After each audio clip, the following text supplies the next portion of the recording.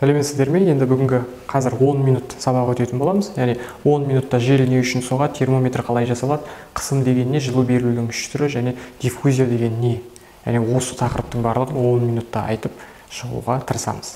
Яғни уақытқа қарап отырсаңыздар болады, 10 минутта мен мынаның бәрін айтып үлгеремін ба, үлгермеймін ба? Яғни мынанша білімді 10 минутта алуға бола ма, болмай ма? Яғни мектепте үйреніп қалғанбыз, әрине 45 минут. Яғни 45 минутта тек қысым деген не деген бір тақырыпты алып 45 минут бойы салдап отыру. Ал өзімді таныстыратын болсам, онлайн физика орталығының 7-8 сыныптан физикадан мұғалім боламын. Ал енді уақытты бастаймыз. Бірінші біз астынан үстіге қарай диффузия деген не дегеннен бастайық. Диффузия дегеніміз, яғни жай қарапайым тілмен айтатын болсақ, араласу. Яғни бір заттың молекулалары екінші бір заттың молекулаларының араларына кіруін диффузия деп айтамыз. Яғни кез келген бір затты араластырып жіберетін болсақ, болды. Яғни екеуі диффузияға түсті деген сөз.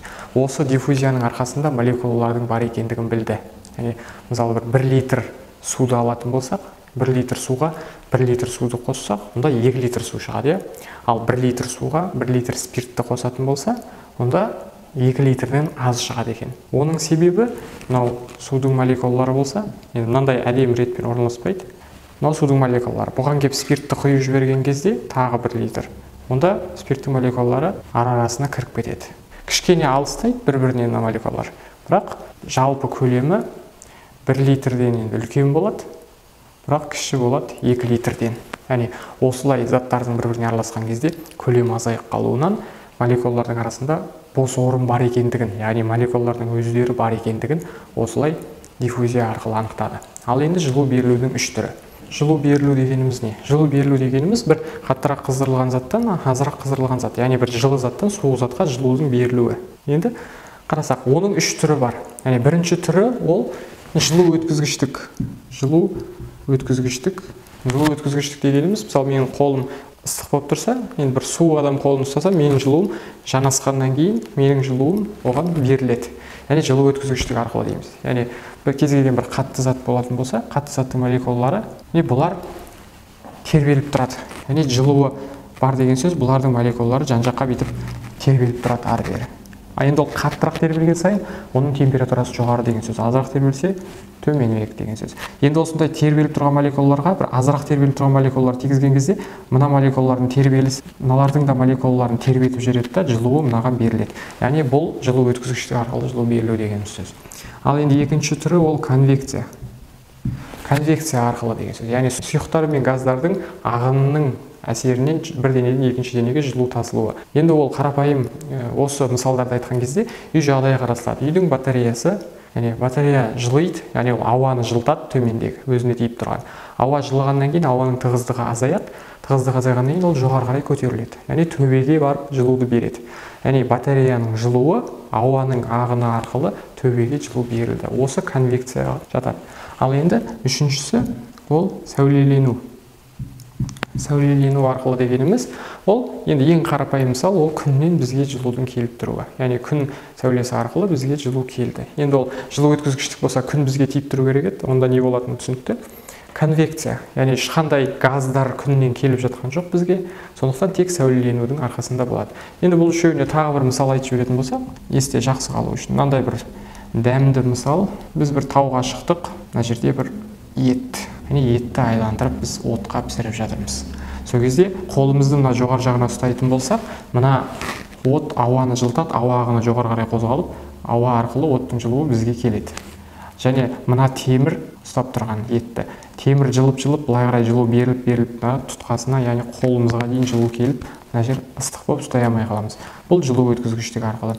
Ал енді сәулелену деген сөз, ол мына жанында отырған кезде біздің тізелеріміз, яғни жақындаған сайын отқа күйе бастаймыз. Ол яғни сәулеленудің арқасында. Сәулеленуден бізге жылу келіп тұр оттың әсерінен. Кез келген жылыған зат, яғни абсолют 0 температурада болмаса, онда ол сәуле шығарады. Яғни бұның да сәулесі келіп бізді күйдіріп жатыр. Бұл жерде енді конвекция деп айтуға болмайды, өйткені конвекция дегеніміз ол тек жоғары бағытта. Жылы ауа ол жоғары қарай ғана қозғалады. Яғни тығыздығы азаяды да, жоғары қарай қозғалып кетеді. Ал енді кейбір жағдайларда ғана, енді мына жерде жылы ауа жылып жатқан кезде жел соғып қалса, онда бізге қарай жылы ауаны әкеліп жіберуі мүмкін. Бірақ ол біздің жағдайға жатпайды. Тек сәулеленудің арқасында бізге жылу келеді. Ал енді қысым дегеніміз не? Осыны қарастырайық. Қысым дегеніміз, яғни формуласын жазатын болсақ, бәріміз білеміз, P тең F бөлінген S дейді. Яғни F дегеніміз мына жерде күш, ал S дегеніміз аудан. Яғни S ауданға түсіріліп тұрған F күш. Содан біз қысым деген шаманы шығарып алдық. Енді қысым дегенде бұл бірлік ауданға түсірілген күш.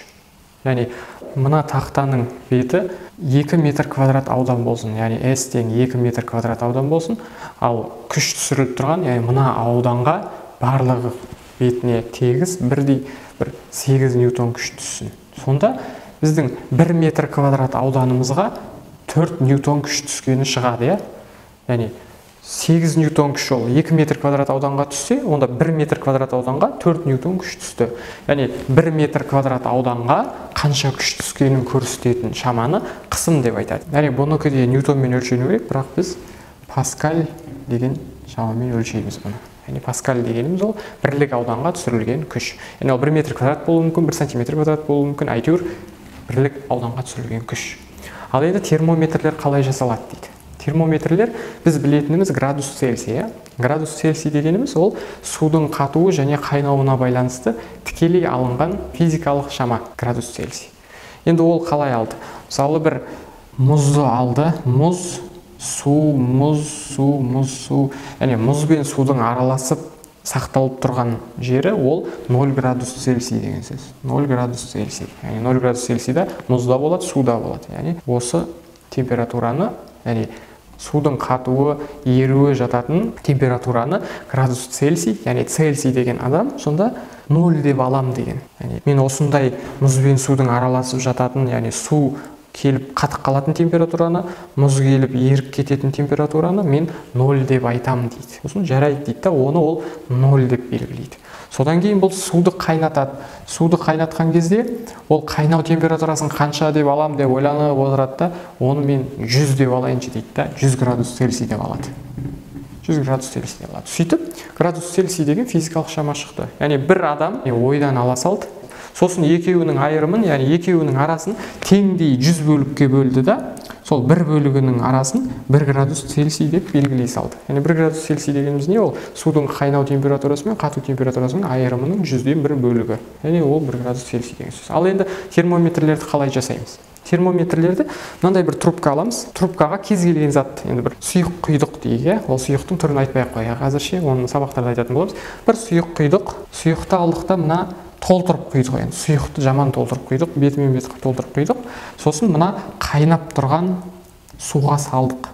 Қайнап тұрған суға салған кезде трубкамызда су бетімен бет болып тұр. Бұл суымызда қайнайды да төгіле бастайды ғой. Яғни төгіліп, яғни 100 градус Цельсийға жеткен кезде төгіліп бір белгілі бір мөлшерде ғана қалады. Яғни толып тұрады, бірақ біраз бөлігі төгіліп қалды. Енді ол мысалы қарапайым үйде шайнекті суға толтырып отқа қойған кезде, қайнаған кезде төгіле бастайды ғой. Дәл сол сияқты төгіліп бір жері қалады 100 градус Цельсий болғандықтан. Енді отқа қойып тұра беретін болсақ, онда температурасы одан артып мынау асып төгіліп кеуіп қалуы мүмкін. Бірақ мына жерде тек біз қайнаған суға салып тұрмыз да, 100 градустан артық. Ол жерде температура жоқ. Сондықтан 100 градус Цельсийға дейін ол төгіледі, бір деңгейде тұр, яғни толып тұр. Сосын біз бұл деңгейді аламыз да 100 деп белгілейміз. Яғни мына деңгейді аламыз да 100 деп белгілей саламыз. Сосын жаңағы трубкамызды аламыз да мына мұз су араласып жатқан жерге әкеліп саламыз. Мына жерге саламыз. Сонда бұл енді қайнап тұрғанның температурасы төмен түскен кезде бұның көлемі де кішірейе бастайды. Яғни мына жерде бағана 100 деп тұрған жерімізден ол бүйтіп түсіп келеді да мына жерге келеді. Мына жерге келеді да тоқтап қалады, бұның көлемі өзгермей қалады. Сосын біз аламыз да бұны 0 деп белгілей саламыз. Сосын мынаның екеуінің арасын 100-дей бөлікке бөле саламыз. Болды. Сонымен біз енді кез келген затқа апарып тигізетін болсақ, мына суымыздың деңгейі көтеріліп түсіп, қандай температура екендігін осы арқылы біліп ала аламыз. Осылай термометрлер қалай жасалатынын түсіндік. Енді жел не үшін соғады? Енді жел не үшін соғатынын қарастырайық. Енді видеоны ары қарай көрмей қойсаңыздар да болады. 10 минуттан асып кетті. Яғни мынау жердің беті болсын. Мынау ауа, ауа бар. Мына жерде бұлттар тұр. Мерден енді бізге күн түсіп тұр. Күн сәулелері келді, түсті. Не байқаймыз? Мына бұлттың асты, яғни көлеңке күн түскен жоқ. Жақтың температурасы төмен, ал мына жақтың температурасы жоғары. Енді температурасы жоғарылаған кезде ауа қалай қарай қозғалатындығын бағана айттық, иә. Яғни конвекция бойынша, яғни жылы ауаның тығыздығы азаяды, ол жоғары қарай мына жердегі жылы ауа көтеріліп кетеді.